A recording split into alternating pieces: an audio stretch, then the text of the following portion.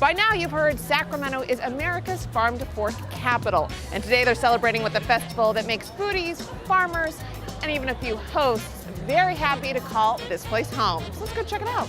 California is the largest agricultural producer in the country, and at the heart of that is the Sacramento region. The area has become an agricultural powerhouse for more than a century now, boasting a year-round growing season, ideal climate, and a mouth-watering bounty of crops, everything from pears and wine grapes in the Delta to tomatoes and rice fields in the Sacramento Valley. So it's no wonder then that this area has named itself America's farm-to-fork capital. And on this day, this is the place to experience the farm-to-fork concept in real life. Food is such an important part of the heritage of this region. It goes back obviously well over a century, and if you look at how this region was built and what we grow, we feed the rest of the country. There are more than 1.5 million acres of farmland in this region. There are more than 160 different crops coming out of the ground. We export so many of those to different parts of the United States, so it's a point of pride for the people who live here. And while Sacramento's title may seem newly acquired, the city's culinary roots were actually planted during the gold rush era, when appetites of all those newly wealthy miners needed to be satisfied, and Sacramento delivered.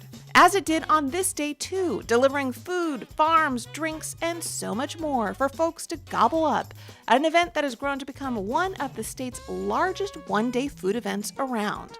The free Farm to Fork Festival attracted more than 65,000 people who all descended on the Capitol Mall with one mission: to eat great food, to talk about eating about great food, and to meet the people feeding them all that great food.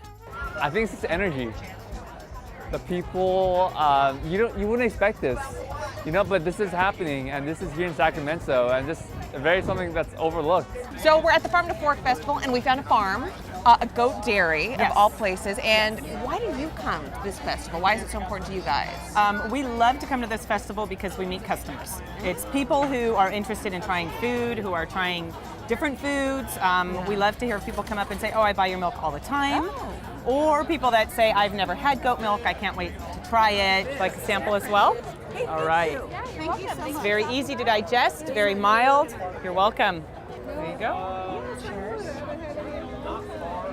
It's very mild. It's very easy to digest. Yeah, very smooth, very nice. The proteins are smaller than the proteins in cow milk, so they're different protein composition. Big fans of you guys, and you've grown so big since we last visited you. But tell us a little bit about it used to just be walnut oil, but now it's artisan oils. Tell us a little bit about the company. Sure. So we are La Torre and Gel. We're an artisan producer of specialty and organic oils, and we make our oils right here in the Sacramento Valley, in Woodland. Okay, so first I'm going to have you try our roasted hazelnut oil. Okay.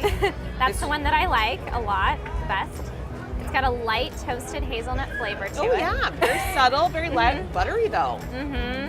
Let's get What's a wild one? Wild one. Pumpkin seed oil. Okay, pumpkin seed. Let's try pumpkin seed. Let's get some pumpkin What's seed the oil go wrong? going. Oh yeah, that's really good too. I was so surprised. I'm like, oh, that's really good too. I know, right?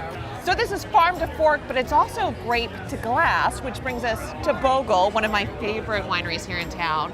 And do people even realize that there are vineyards and wineries and the own AVA right here in the Sacramento Valley? So many people don't, which is the whole point of Farm to Fork. Yeah. We want people to know that what they're drinking in the glass is grown just right, really? 16 miles right down the river, Bogle Wineries in Clarksburg. And so you've been in this area a long time. We have. What does it mean to see this whole farm to fork thing kind of explode here in Sacramento? My favorite thing is seeing the tractor on the, right on the Capitol corner. Mall. I love it. I think it's fantastic. For us, it's so exciting to see people so engaged in where their food is coming from. Yeah. Family farms are so important, especially in this region. Yeah. So for us, it's about helping spread that message. This is just such a great opportunity. Meeting farmers, ranchers, and winemakers while also enjoying interactive booths from local grocers and checking out live cooking demonstrations were all on the menu this day as adults and kids learned about the amazing bounty of food being produced in their own backyard.